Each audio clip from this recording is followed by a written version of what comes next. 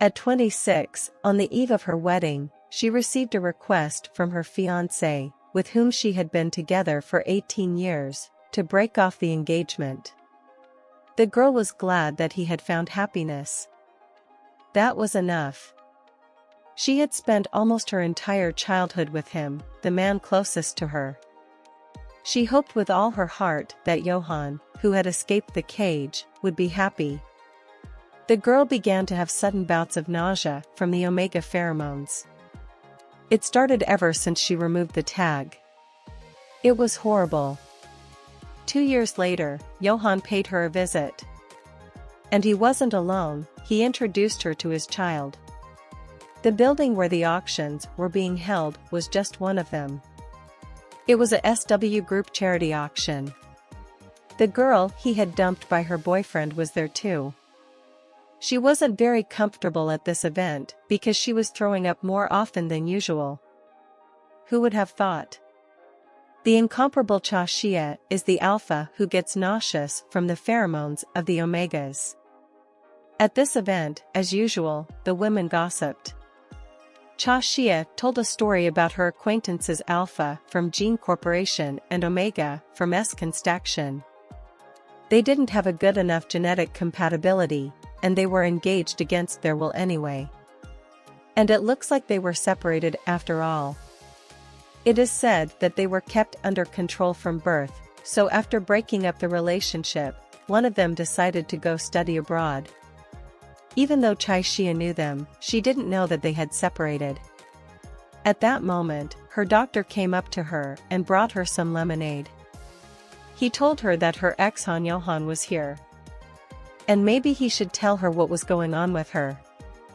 The girl immediately refused, saying he didn't need to know about it. Then the doctor suggested temporarily tagging some omega. Even though there was no guarantee that it would make her feel better. However, it was better than doing nothing. If she doesn't want an omega, she can experiment with a beta. Suddenly she felt better. She didn't understand why. Suddenly she saw Johan walking straight toward her. They said hello, and Cha Shia asked him how his child was doing. The man replied that his wife was looking after him. Suddenly the president of the company came up to them. Johan wasn't confused and asked how she was doing. But she wasn't happy about being called that. The man replied that 20 years ago he had called her mother, so he would always call her mother from now on. The woman was not happy and asked the doctor if he had updated Shia's information at the genetic center to find the right omega. We will be notified if a suitable candidate is found, right? Won't there be a problem with age? Johan wasn't uncomfortable with this kind of discussion right in front of his ex-wife. To keep the quarrel going, the doctor said that he and the president needed to consult, and for that they had to go to a suitable place. After talking for a while, Johan said he had to go. As soon as he left, Shia immediately began to feel nauseous and had to go to the bathroom.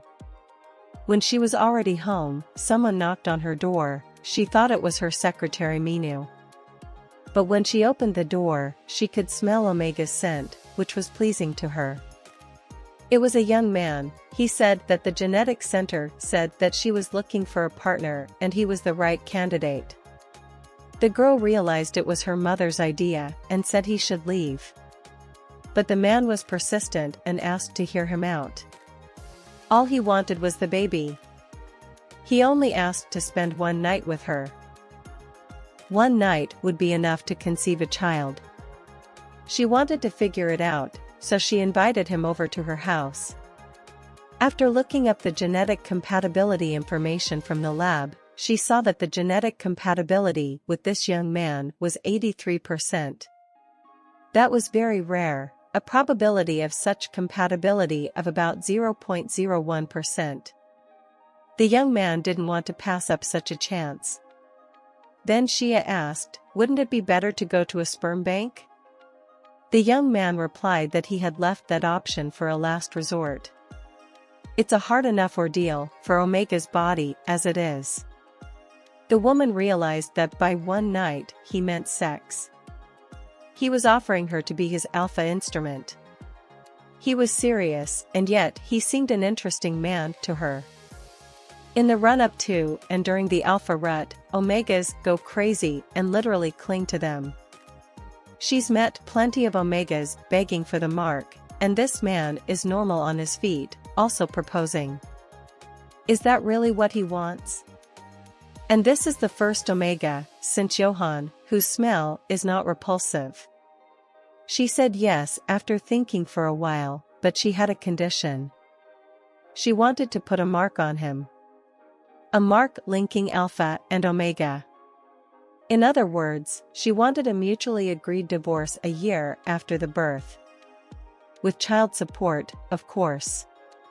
Because it would be very difficult to raise him alone, and she would also be giving up her right to raise him. By then her condition should have improved, and if not, she wanted to extend the agreement. The man said he didn't need the money. He had enough money to raise the child. And he also wanted to raise and support the child himself.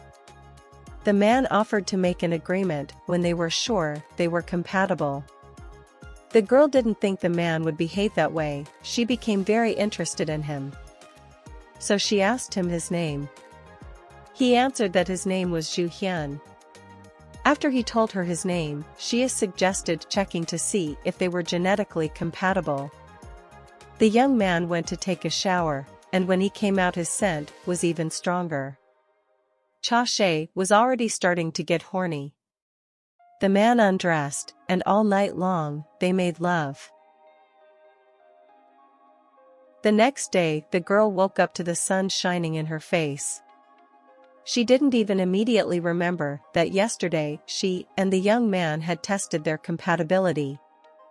She remembered every movement, every kiss, every breath of last night. She remembered that in the passionate rush of love she had bitten her hand, and she saw on her arm 2 patches that apparently Zhu Hyun had put on her. He was lying beside her by the way. He said that they had completed the test and made sure that they were compatible. Shia then got up naked from the bed and asked if he had any plans for the day. He didn't seem to have any plans, so she invited him to her office at 2 o'clock to discuss and sign the contract. They said goodbye and Shia went to her house. When she was home, her doctor knocked on her door. He had tried several times last night, but there was no answer. He thought she was asleep, so he left. He brought her an inhibitor, which is a gonation and heat suppressant. After looking at the pills, Shia said she didn't need it. She reminded the doctor that he had said last time that the tag might help, so she wanted to try it. The doctor asked cheerfully, did she really dare to try it with him? If she tags the beta, that might help her condition, too. The president, of course, would be against the beta, but if the circumstances were explained to her, she would agree. The girl replied that there was no need for that. She had another person in mind. And she would contact him later. On her way to her office, her secretary said hello. She drew up a draft of the contract and asked to see Cha Shia's draft. The secretary also remarked that Cha Shia looked much better. The girl replied that in order for her to get even better for it, she needed to sign the contract. They agreed that he would come in at 2. They didn't have much time left, so they had to hurry. In the contract, she asked to add a clause about the possibility of making an additional agreement in the future. When they were done, just as he was coming into their office. The receptionist said she would go meet him. When he walked into their office, the secretary offered to read their version of the contract. If there were any corrections to be made, he should let her know, and she would make them. After he read the document, he asked to keep the version. The secretary asked him, just in case, if he had read the document well. The young man replied that he had read the document, and that everything had been agreed upon yesterday. He was about to sign, but the secretary asked for another one, the marriage registration form. As soon as they had signed the necessary documents, she would take them to the district administration. But the man said that he would take all the documents himself, and he would do it right away. Cha Shia offered to give him a ride by car. To do this, they had to go down to the parking lot. After they signed all the documents, they went to the girl's apartment. This was the second time they had made passionate love. The girl was just thrilled with this man. At this rate, she would be able to come to her senses quickly. She needed to bite him in the neck to make a mark, which she happily did. The man said that he really wanted a baby. Shia replied that she would do everything she could to fulfill the arrangements. Then they had sex again. Ju Hyun's phone was ringing off the hook this morning. That's because there was an article about his affair this morning. He was an actor, so he attracted a lot of attention from journalists. Cha Shia didn't watch TV or go to the movies, so she didn't recognize Ju Hyun. But the girl didn't care how people and her mother would react to it. Instead of worrying, she gave him her home address and the door code. She invited him to her house today. And she asked about the wedding. When should they have the wedding? Eventually, they agreed to work together on a signed contract. Having agreed that the young man would come to her tonight, they went their separate ways. At the corporate office, Cha Shia's mother scolded her for such an act. Why can't she get married normally and live like normal people? Is it really that difficult? To this the girl replied that he seemed special to her. Among the people registered at the genetics center, this Omega had the highest percentage of compatibility with her 83%. If she herself wanted to match her with a candidate from the center, why is she angry now? Since Cha Shia is about to start an important meeting, she leaves. After the long meeting was over, Chia's doctor came to see her. She told him that she had tagged the guy she was at the hotel with. And soon they would check together at the hospital the stability of a mark. Well, even without that, she felt much better. She was finally starting to feel good. Then the doctor asked, how did they meet?